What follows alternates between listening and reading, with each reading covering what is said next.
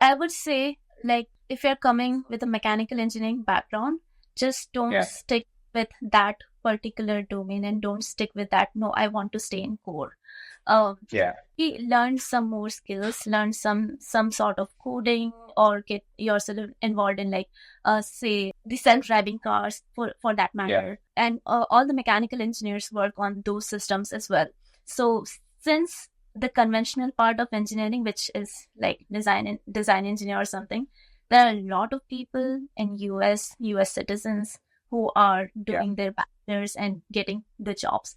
And industry here is like, okay, if you're getting a US citizen for the same kind of skills, we would not hire a master student, for example. Like, we usually come for this, right? So for doing that job. But if you are specialized in something, you can also specialize in design engineering. Like, you can become a material science engineer for that matter, or you can be CAE engineers. Usually CAE engineers are master students, they are not bachelor students, right?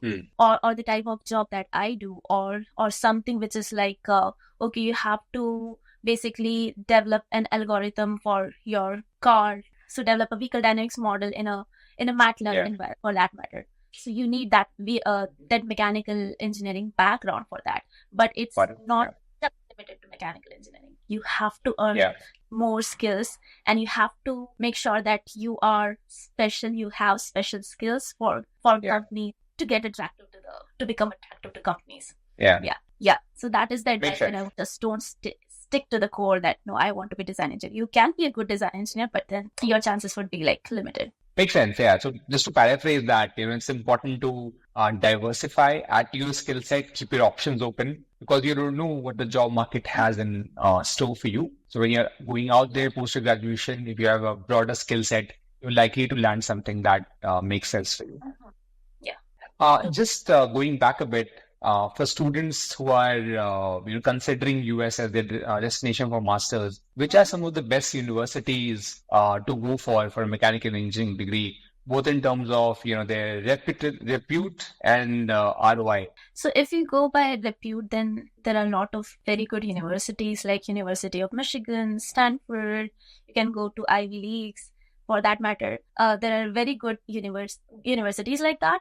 But if you want a good return of investment, then I would recommend going to firstly choose your university where your industry exists. For example, Michigan is a mechanical hub, and now Bay Area is also becoming, or California is also becoming, kind of like automotive hub kind of place. So try to, or Ohio for that matter. So try to focus on the universities which are closer to those industries. It will help you land a job like a little bit easier for that matter. And also look for the coursework which is like in demand right now. For example, let's say electric vehicles or autonomous vehicle for that matter.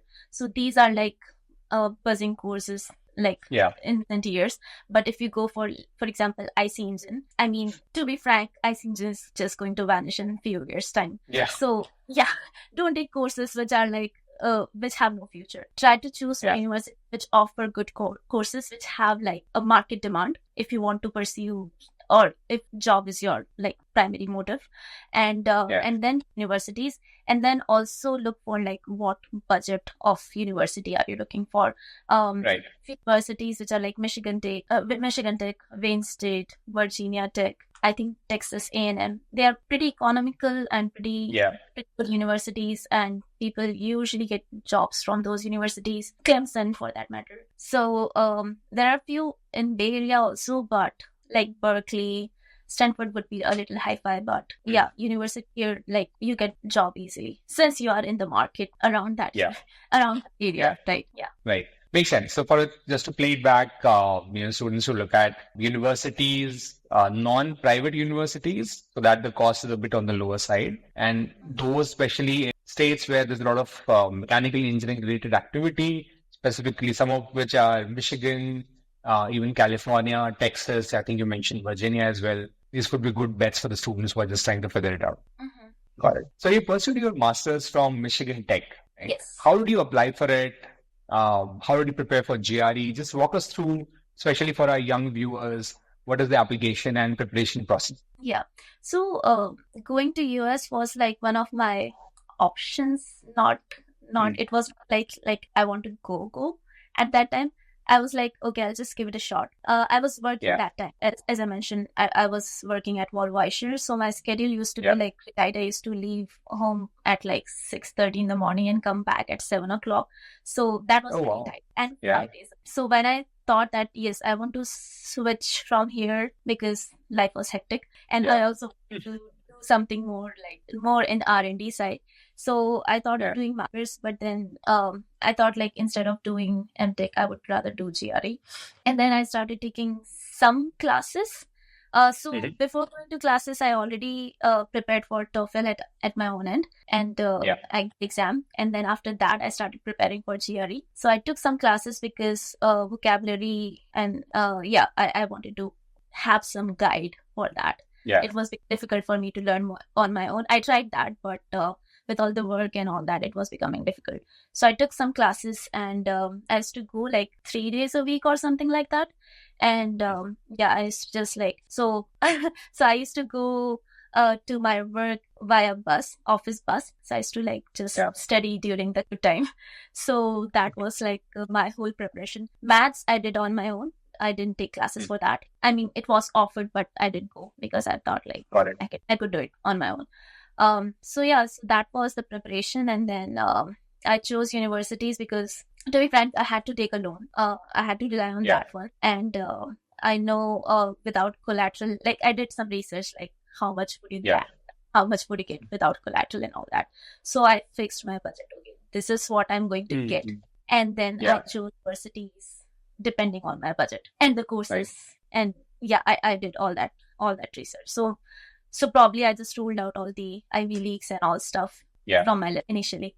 And Michigan Tech is actually a very good university. Turned out to be a very good return of investment. Pretty economical, very good courses, and everything except weather is good out there. Yeah. Great. So along with your 12-hour work days, you prepared for GRE with physical classes 3 days a week. How many hours were you working? That's hectic. Lot. Yeah. So our office used to start, I'm forgetting, was it 8 or 8:30? And the bus commute was almost 40 minutes to 1 hour, something like that. And coming back, it used to get even longer because of traffic.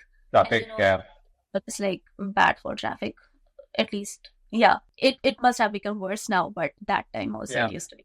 I used to just like eat my dinner and then go to classes. It used to be like 8:30 or 9 o'clock in the night. The classes used to be late, actually. Oh, wow. Yeah. Yeah. Well, that's inspiring, and I'm glad you made it work.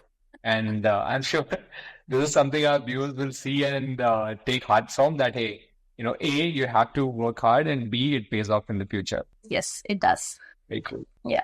I mean, it's about your dream, like the life that you always imagined as a child. It used to be always in the back of your mind that, yes, I want that life, but it always seemed impossible. And then it just like you work for it and you're determined, and then you get it. I mean, it's just like persistence and determination. I mean, and hard work. Yeah. That's what it takes.